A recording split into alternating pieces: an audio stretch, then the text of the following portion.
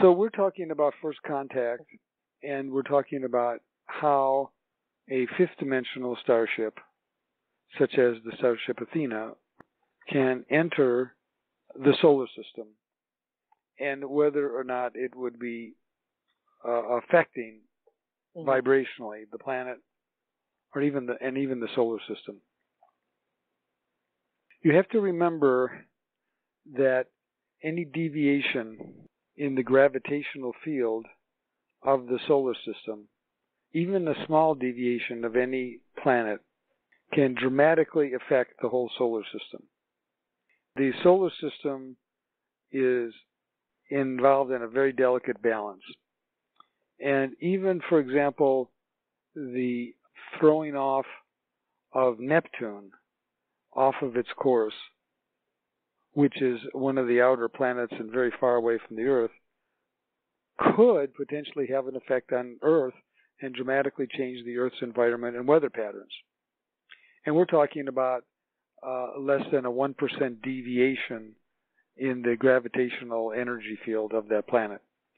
Now, the reason why I bring this up is that when a starship from the fifth dimension enters this solar system, it must be done in the correct way. And if there is a deviation, even as little as 1% in the gravitational entry, then it could throw off the gravitational fields of one or several planets and negatively affect the entire solar system. Therefore, when the first contact happens, it's going to be that the Arcturians or the Pleadians or other higher beings have converted their starships from fifth dimension to the third dimension. In other words, we are not, or no first contact being is going to come in with their fifth dimensional energy, but they are going to shift in a way that matches the third dimension. I think of it this way: if you were going to go into the fifth dimension, then you have to shed some of your third dimensional energy fields, including attachments or lower feelings or emotions. And if we want to appear in the third dimension, we have to make changes in our aura. We have to make changes in our energy field.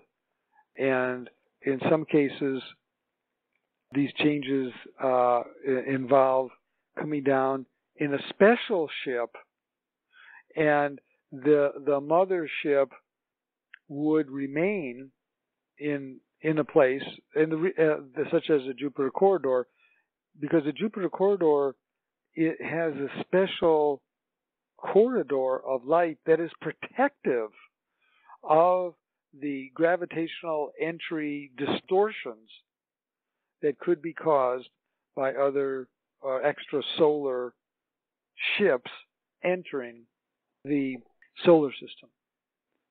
The idea of whether or who could see the ship is interesting.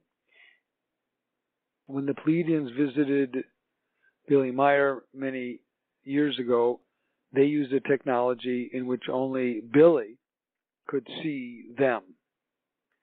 And so, yes, there are ways that the Arcturians or others coming into this planet can manipulate perceptual fields so only those with higher vibrations could see.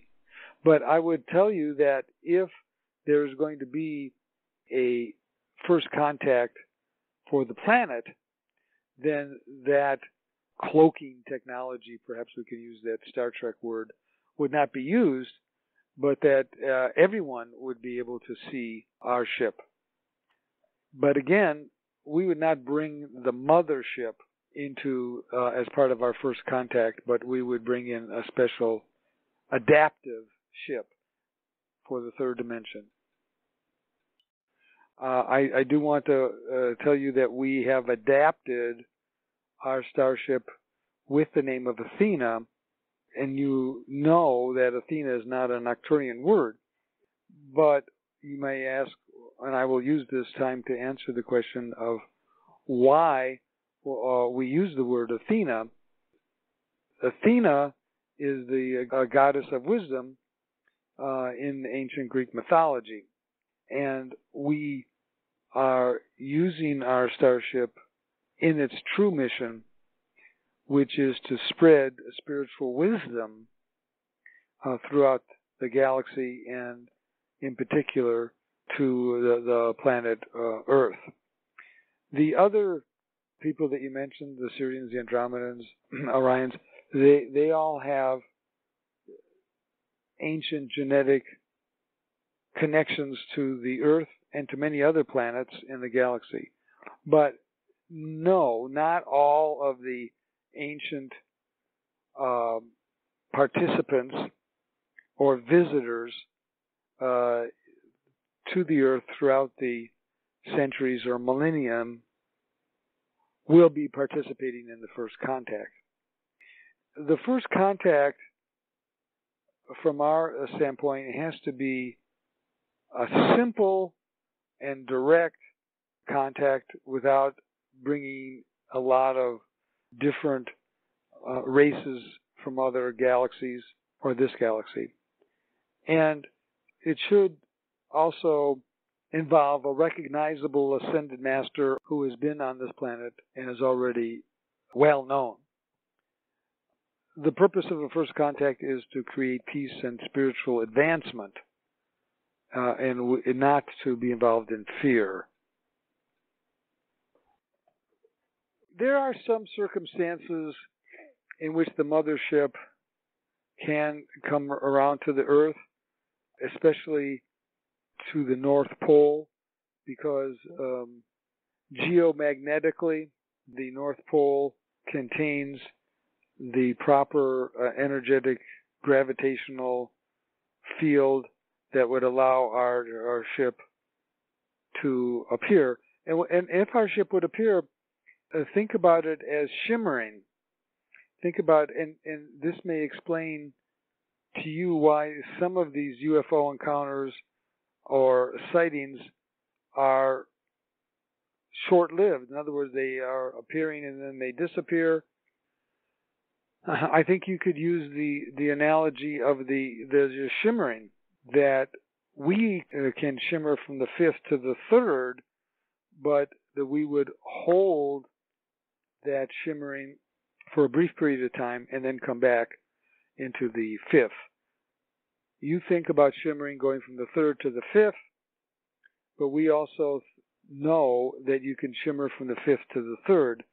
The problem when you do that is, from our standpoint, is that we have to lower and we have to contract our energy fields in order to be on the third dimension. And I think that this is a quite eye-opening for you to realize that to be on the third dimension, as you are now, requires a contraction of your energy. And if you were on the fifth dimension and you were coming to the third dimension, then yes, it would be a contraction.